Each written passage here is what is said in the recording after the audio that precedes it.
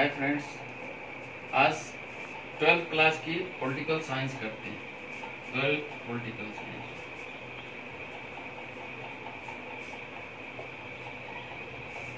राजनीतिक विज्ञान के बारे में आप लोगों ने पढ़ा होगा, है ना? राजनीतिक विज्ञान, इसमें दो शब्द हैं, राजनीतिक और विज्ञान। वैसे तो दोनों अलग अलग शब्द हैं। जब आप सुनते होंगे, आप एक चीज मैं यहाँ पे बताना चाहूंगा, एक तो होता है साइंस।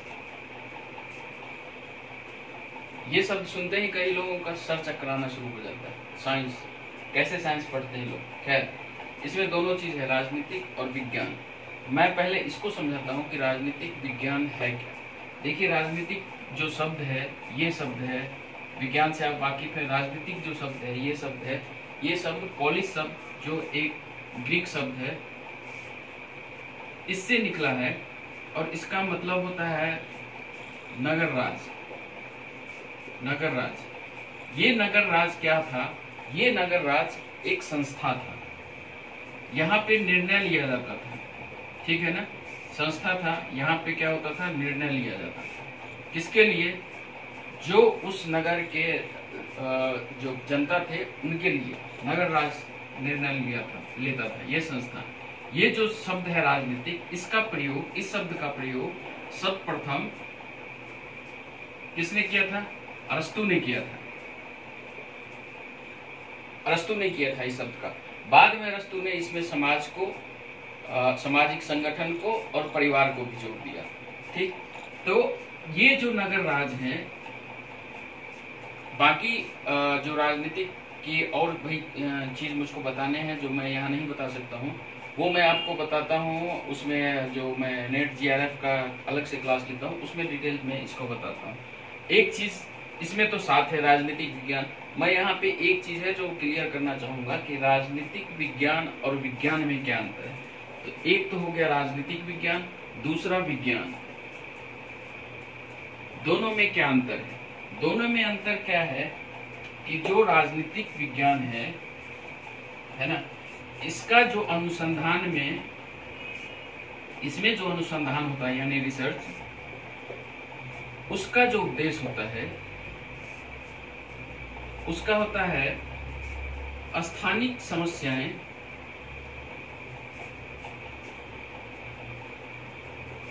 स्थानिक समस्याओं को समझना और उनका समाधान करना।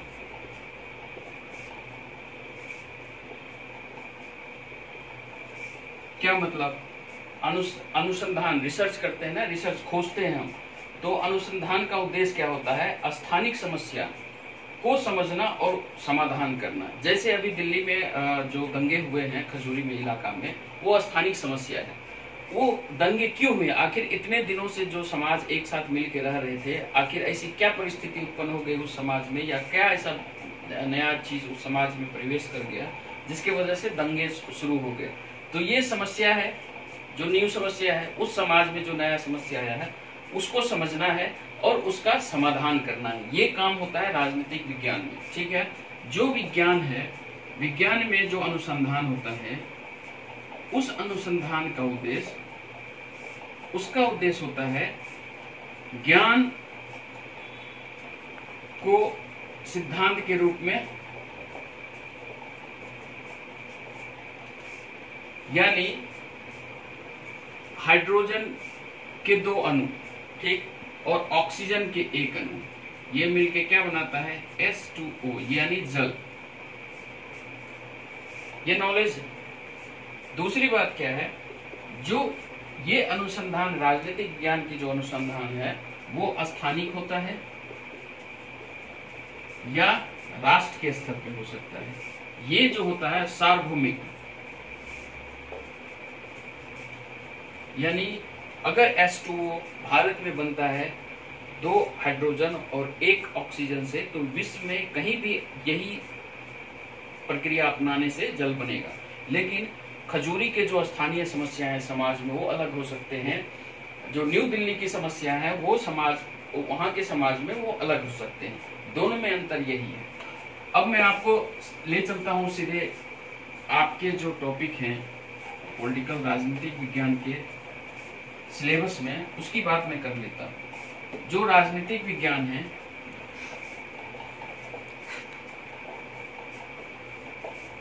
वो उसके आपको उसका 2 बुक दिया गया है। फर्स्ट जो बुक है उसका नाम है समकालीन विश्व में समकालीन विश्व राजनीति। दूसरा जो बुक है उसका नाम है स्वतंत्र भारत में राजनीति। ठीक है, ये 2 बुक है। जो स्टार्ट करना है मुझको समकालीन विश्व में राजनीति है। अब यहाँ पे एक चीज और मैं बता दूं आपको कि जो समकालीन विश्व राजनीतिक है ना, इसके जो फर्स्ट चैप्टर है समकालीन विश्व राजनीति, इसका जो फर्स्ट चैप्टर है, यहाँ पे एक चीज मैं बता देता हूं। समकालीन का मतलब होता है समसामयिकी, समसामयिक यानी हाल में। हाल का क्या मतलब? हमारी जनरेशन की बात हो रही है, हम जिस जनरेशन में जी रहे हैं उस जनरेशन की बात हो रही है। ये समकालीन राजनीति का आपको पता ही चल गया होगा। जो फर्स्ट इसमें जो फर्स्ट चैप्टर है वो है cold war, the cold war era, the cold war era यानी शीत युद्ध। अब शीत युद्ध में जो सब टॉपिक है, मैं 2 टॉपिक पे आज चर्चा करूंगा, क्योंकि एक साथ अगर वीडियो में कंप्लीट कर दूं तो पॉसिबल नहीं है कि आप लोग देख पाएंगे। तो शीत युद्ध में जो 2 सब टॉपिक हैं, पहला सब टॉपिक है क्यूबा मिसाइल संकट, दूसरा जो है वो है शीत युद्ध क्या है। ये आपके फर्स्ट सब टॉपिक है क्यूबा मिसाइल संकट, दूसरा सब टॉपिक है शीत युद्ध क्या है। मैं जो पढ़ाऊंगा वो दूसरा पहले पढ़ाऊंगा, फर्स्ट जो है उसको मैं बाद में पढ़ाऊंगा, सीक्वेंस में चेंज कर रहा हूं। तो फर्स्ट जो ले रहा हूं शीत युद्ध क्या है।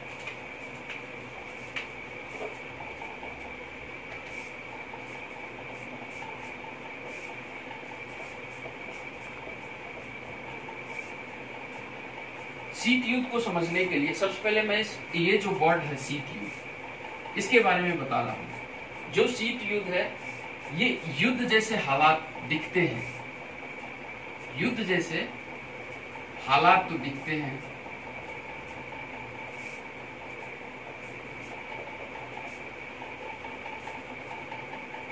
परंतु युद्ध होता नहीं है।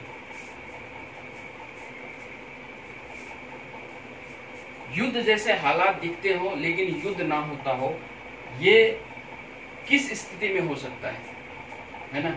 ये इसको हम अगर जनरलाइज अपने भाषा में समझे, इसको हम समझ सकते हैं जिसको मनमुटाव कहते हैं। लोग आपस में भी मनमुटाव होता है ना एक दूसरे से, वो कह सकते हैं ये। तो शीत युद्ध जैसे हालात, शीत युद्ध जैसे हालात हो। अब यहाँ पे एक चीज और मुझको बताना है, मैं डिटेल में नहीं बता सकता हूँ यहाँ पे। एक तो होता है युद्ध, एक होता है क्रांति, एक होता है संग्राम। ये सारे अलग अलग होते हैं। ठीक, यहाँ पे आपको मैं एक छोटा सा आपके लेवल पे छोटा सा चीज बता देता हूँ। जो युद्ध होता है उसमें 2 देश होते हैं या 2 पक्ष होते हैं। ठीक, बाकी डिटेल में अलग से वीडियो बनाऊंगा, उसमें आप जानकारी के लिए उस वीडियो को देख सकते हैं। तो जो शीत युद्ध है, जैसे युद्ध जैसे हालात होते हैं परंतु युद्ध होता नहीं है।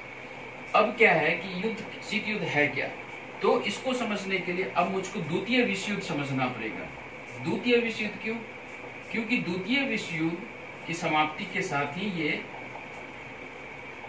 शीत युद्ध का दौर शुरू होता है। तो द्वितीय विश्व युद्ध कब से कब हुआ था? द्वितीय विश्व युद्ध हुआ था 1939 टू 1945। तो द्वितीय विश्व की जो स्टार्टिंग है वो 1939 से 1945 तक। इस युद्ध की समाप्ति के बाद शीत युद्ध का प्रारंभ होता है। इस युद्ध में ऐसा क्या हुआ था जो शीत युद्ध को जन्म दे दिया, ये समझना है। तो द्वितीय युद्ध जो लड़े गए थे वो दो, उसमें दो खेमा था, ठीक है ना। फर्स्ट जो था एलाइड ग्रुप था, एलाइड पावर, मित्र राष्ट्र। दूसरा जो था वो था एक्सिस पावर, जिसको कहते हैं धुरी राष्ट्र, ठीक। तो ये दो ग्रुप थे। दो ग्रुप में जो इस ग्रुप का अमेरिका, फ्रांस, ब्रिटेन और सोवियत संघ, इस ग्रुप का जर्मनी, इटली और जापान, ये मुख्य देश थे। ये मुख्य देश थे। लड़ाई का जो अंत हुआ है, द्वितीय विश्व का जो अंत हुआ है, वो 6 अगस्त, ये डेट आप याद रखिए, 6 अगस्त 1945 और 9 अगस्त 1945, ये दोनों घटनाएं, ये दोनों जो डेट है वो किसी खास घटना के लिए है। वो घटना खास ये है, ये जो अमेरिका है इसने विश्व में प्रथम बार परमाणु बम का यूज किया था। 6 अगस्त 1945 को हिरोशिमा पे और 9 अगस्त 1945 को नागासाकी पे।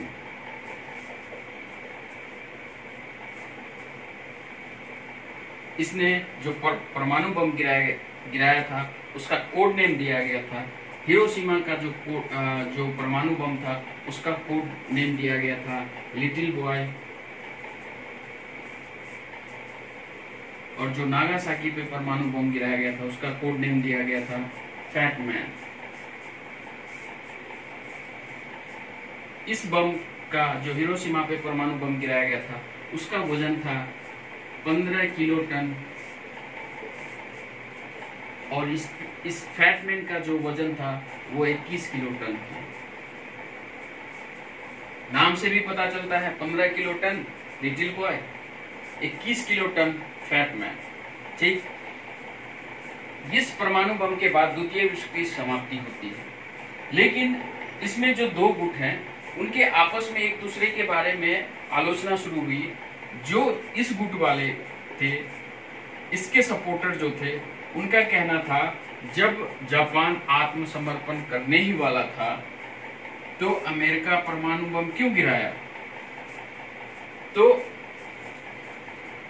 इस ग्रुप के जो सपोर्टर थे उनका कहना था कि अगर परमाणु बम नागासाकी हिरोशिमा पे नहीं गिराया जाता तो हो सकता है कि विध्वंस और ज्यादा पैमाने पर हो,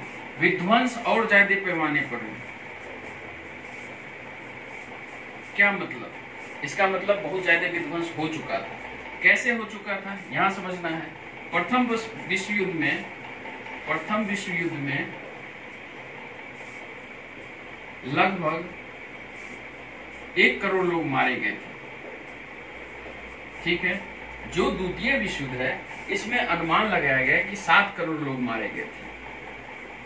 यानी कहने का मतलब ये था कि अगर युद्ध लंबा खींचता तो ये आंकड़ा जो 7 करोड़ का है आंकड़ा, ये बढ़ सकता था, ठीक। तो बढ़ सकता था, इसी के वजह से इसके सपोर्ट में ये बात आई कि परमाणु बम गिराना जरूरी था और युद्ध को रोकना जरूरी था। खैर, कंक्लूजन जो भी निकला हो कि परमाणु बम गिराना चाहिए या जापान आत्मसमर्पण करने वाला था तो परमाणु बम से बचना चाहिए, ये अलग मुद्दा है। इस विश्व युद्ध की समाप्ति से जो बातें सामने आई है वो ये बातें आई कि विश्व पटल पे विश्व में 2 महाशक्ति, एक अमेरिका, एक सोवियत संघ,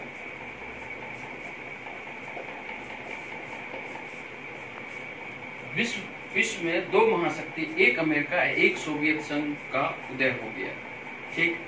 जो सोवियत संघ, एक दूसरे तरह के जो लोग हैं, ये आलोचक हैं, या उनका मानना है, या बहुत से लोगों का भी मानना है कि अमेरिका परमाणु बम इसलिए गिराया था कि जो साउथ ईस्ट एशिया में जो वर्चस्व की लड़ाई थी, या मिडिल एशिया में, साउथ वेस्ट एशिया में, अच्छा ये जो मैं वर्ड बोल रहा हूँ, South East Asia, East Asia, Middle Asia, West Asia, ये सब समझ में आ रहा है? अगर नहीं आ रहा है, एक मैपिंग मैं अलग से करवाऊंगा जिसमें कॉन्टिनेंट जितने भी हैं सबका मैं अलग अलग बताऊंगा। उस मैपिंग को आप लोग को अच्छे से समझना है। यहाँ केवल आप लोग को ये जानना है कि साउथ एशिया में या एशिया में अमेरिका अपनी वर्चस्व चाहता था कि युद्ध की समाप्ति के बाद सोवियत संघ का वर्चस्व ना रहे। ये ताकत अपनी दिखाने के लिए भी हो सकता है कि उसने परमाणु बम का इस्तेमाल किया हो। खैर, जब विश्व में दो महाशक्ति का उदय हुआ, इस दो महाशक्ति के बीच वर्चस्व की, यानी वर्चस्व की कह लीजिए या सर्वश्रेष्ठ की लड़ाई प्रारंभ हो गया कि हम दोनों में कौन सर्वश्रेष्ठ। एक्चुअली क्या है कि अमेरिका ने परमाणु बम 1945 में बना लिया था, इसने परमाणु बम 1949 में बना लिया था। अब दोनों में वर्चस्व की लड़ाई शुरू हो गई कि हम महाशक्ति हैं तो हम महाशक्ति हैं। सर्वश्रेष्ठ की लड़ाई का जो कारण है ना, सर्वश्रेष्ठ की लड़ाई का जो दायरा बढ़ गया, या सर्वश्रेष्ठ की लड़ाई का जो दौर शुरू हुआ, कह सकते हैं दौर शुरू होना, यही कारण है किसका? शीत युद्ध का। ये कारण है दोनों अमेरिका और सोवियत संघ के बीच में महाशक्ति बनने की होड़ जब प्रारंभ होती है तो वो कारण बन जाता है शीत युद्ध का। ठीक, दूसरी तरफ बात है, शीत युद्ध प्रारंभ तो हो गया। अब शीत युद्ध प्रारंभ होने के बाद शीत युद्ध में क्यों नहीं तब्दील हुआ? अभी तो हमने पढ़ा था कि शीत युद्ध एक ऐसा कंडीशन है, सिचुएशन है जिसमें लगे कि अब युद्ध हो सकता है, लेकिन युद्ध हुआ नहीं। शीत युद्ध नहीं होने के पीछे कई रीजन है, जिसमें 2-3 चीज प्रमुख है। उसमें पहला है, एक सिद्धांत है अबोधन, जिसको कहते हैं शांति और संतुलन, है ना। ये सिद्धांत है। ये सिद्धांत ये कहता है कि अगर आप दूसरे के परमाणु शक्ति या क्षमता को आप खत्म भी कर देते हैं तो भी उसके पास इतनी परमाणु हथियार बच जाएंगे जो बड़े पैमाने पर विध्वंस करने के लिए काफी है। ठीक, तो अब क्या तो अमेरिका और सोवियत संघ, ये दो महाशक्ति हैं, दो खेमे में महाशक्ति हैं। अब क्या है कि अगर सोवियत संघ अमेरिका के परमाणु को खत्म करता है, परमाणु बम को, तो भी इसके पास इतने बच जाएंगे कि इस विश्व में तबाही मचा सकता है अमेरिका। वही कंडीशन इसके साथ भी हो सकता है। ये होता है अबोधन, शांति और संतुलन की स्थिति। होता क्या है कि अगर एक शक्तिशाली हो, दूसरा कमजोर हो, तो ये इस पे क्या होगा? आधिपत्य जमा लेगा। ठीक उसी तरह से ये अगर शक्तिशाली हो और ये कमजोर हो तो ये क्या करेगा? इस पे आधिपत्य जमा लेगा। लेकिन अगर शक्ति संतुलन हो, दोनों तरफ शक्ति बराबर हो, तो क्या होगा? ना इस तरफ झुकेगा ना इस तरफ झुकेगा। यानी शक्ति संतुलन की स्थिति में दोनों आपस में लड़ेंगे नहीं। और यही चीज था जो कोल्ड वार को वार में नहीं तब्दील कर पाया, क्योंकि दोनों के पास शक्ति थे। तो दोनों चाह रहा था कि अगर लड़ाई हुई, दोनों परमाणु संपन्न देश थे, अगर लड़ाई हुई तो बड़े पैमाने पर विध्वंस होगा, तीसरी विश्व युद्ध की शुरुआत हो सकती थी। और हमने देखा कि द्वितीय विश्व युद्ध में उतनी क्षति हुई है। तो तृतीय जब परमाणु युद्ध नहीं लड़ा गया था द्वितीय विश्व युद्ध में, लास्ट में केवल हिरोशिमा और नागासाकी छोड़ के, तो अब जो लड़ाई होती है वो परमाणु युद्ध की लड़ाई होती, तो कितनी क्षति होती, ये सोच के बैलेंस बना रहा और कोल्ड वार तक ही सीमित रहा। एक और तर्क इसमें दिया गया है कि जो इसके सहयोगी थे, सहयोगी देश, यानी इसके जो पक्षधर थे और इसके जो सहयोगी थे, उन दोनों के बीच में भी एक सोच था, एक थॉट था, या एक उन देशों के बीच एक बात थी कि अगर ये सहयोगी देश और ये सहयोगी देश आपस में भिड़ते हैं, ये दोनों नहीं भी भिड़े, इनके सहयोगी देश अगर आपस में भिड़ते हैं तो बैकअप कौन देगा? इधर से अमेरिका, इधर से कौन देगा? सोवियत संघ। यानी फिर से बात वहीं आ जाती है। तो इनके सहयोगी देशों ने भी दो चीज अपनाया, एक अपनाया तर्क संगत की और एक अपनाया तर्क संगत को क्या कहते हैं? तर्क संगत को कहते हैं समझदारी। तर्क किससे संबंधित है? दिमाग से, तो समझदारी है, ठीक है ना। दूसरा है जिम्मेदारी।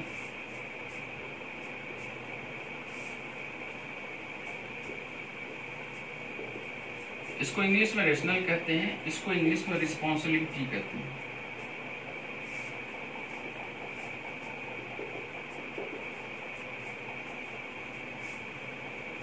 ठीक है। जिम्मेदारी का क्या मतलब? जिम्मेदारी दो चीजों पे काम करता था या करता है। एक तो होता है संयम, ठीक, एक होता है संयम, एक होता है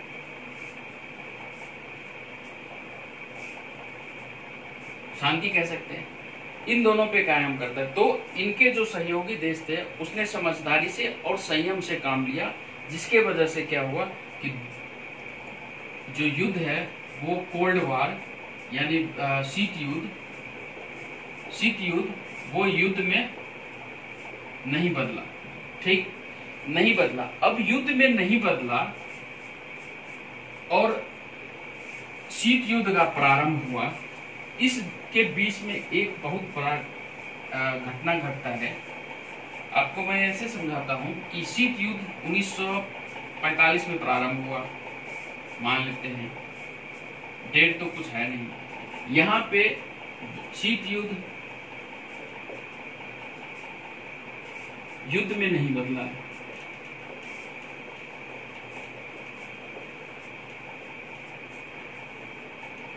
इनके बीच में एक घटना है जिसका नाम है क्यूबा मिसाइल संकट।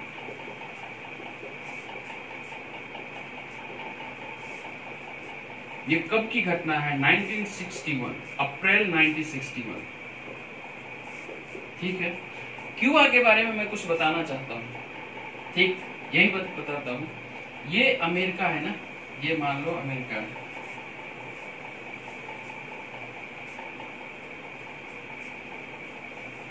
ये अमेरिका है,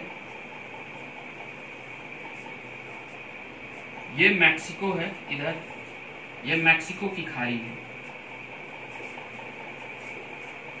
मैक्सिको की खाड़ी है। यहाँ पे ये क्यूबा है, यहाँ पे अटलांटिक महासागर है, ठीक, ये अटलांटिक महासागर है। ये अमेरिका का फ्लोरिडा एक स्टेट है अमेरिका में, राज्य है अमेरिका में, 50 राज्य हैं जिसमें एक फ्लोरिडा है। यहाँ पे मियामी शहर है, मियामी शहर बहुत फेमस शहर है। ये पहले अमेरिका का जो अमीर लोग हैं उनका यहाँ पे वर्चस्व था। फिदेल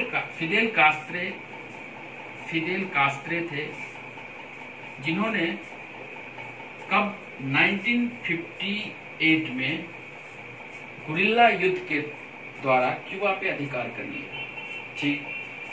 उससे पहले जो यहाँ के अमीर लोग थे वो इसको क्यूबा को एसगाह बना रखे थे। एसगाह का क्या मतलब? एसगाह का कह सकते हैं उसको कि अयाशी का अड्डा, विलासिता का जगह कह लीजिए, एसगाह बना रखे थे। क्यूबा की एक खासियत था, यहाँ पे केला, गन्ना और चीनी का ये बहुत बड़ा उत्पादन करता था, ठीक।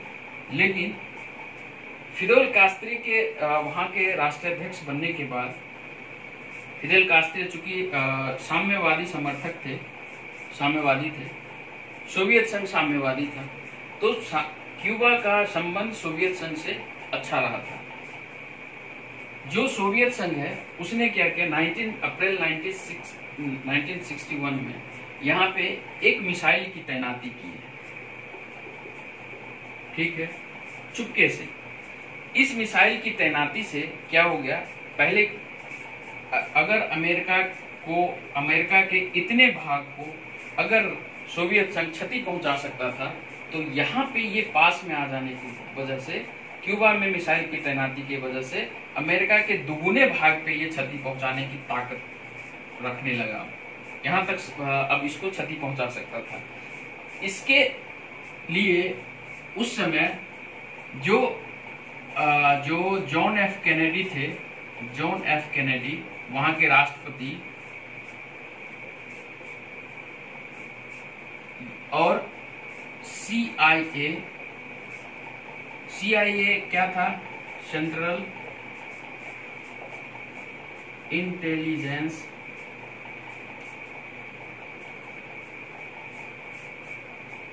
एजेंसी, ये नेशनल सिक्योरिटी एक्ट के तहत गठन हुआ था इसका।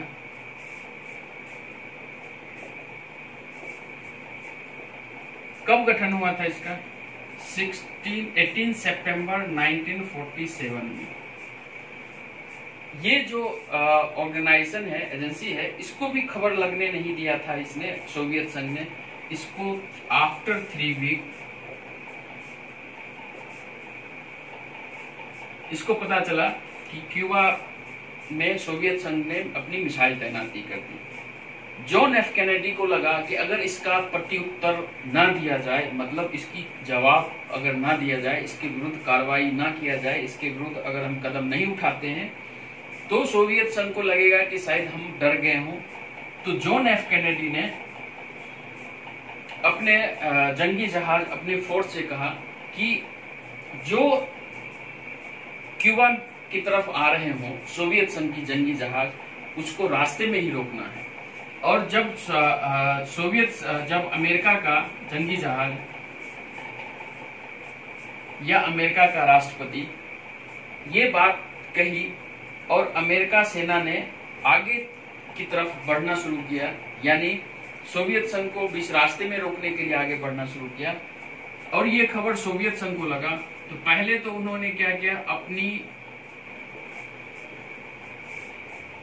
जो जंगी जहाज है उसका रफ्तार धीमा किया और अंततः वापस हो गया। ये जो सीन क्रिएट हुआ था, इसमें ऐसा लग रहा था कि शायद अब युद्ध हो जाएगा, लेकिन ये सिचुएशन फिर से वापस लाके कहां खड़ा कर दिया, कोल्ड वार पे। ठीक, ये था क्यूबा का मिसाइल संकट। आगे की जो क्लास में लूंगा उसमें आगे की इसी तरह से 2 सब टॉपिक उठाऊंगा, 2 या 3 जितने पॉसिबल हो उठा के मैं इसको मैं अच्छे से एक्सप्लेन करूंगा। क्वेश्चन आंसर जब मैं इसका डिस्कशन करूंगा तो हो सके कि उसमें कई चीज मैं बीच में छोड़ देता हूं वीडियो बनाने के उसमें, तो उसको मैं बहुत अच्छे से एक्सप्लेन करूंगा। आप लोग जब इसकी कंसेप्ट को अच्छे से समझेंगे, क्वेश्चन या तो सॉल्व होगा या इस चैप्टर पे पकड़ खुद ब खुद बनना शुरू हो जाएगा। ठीक, ऑल द बेस्ट।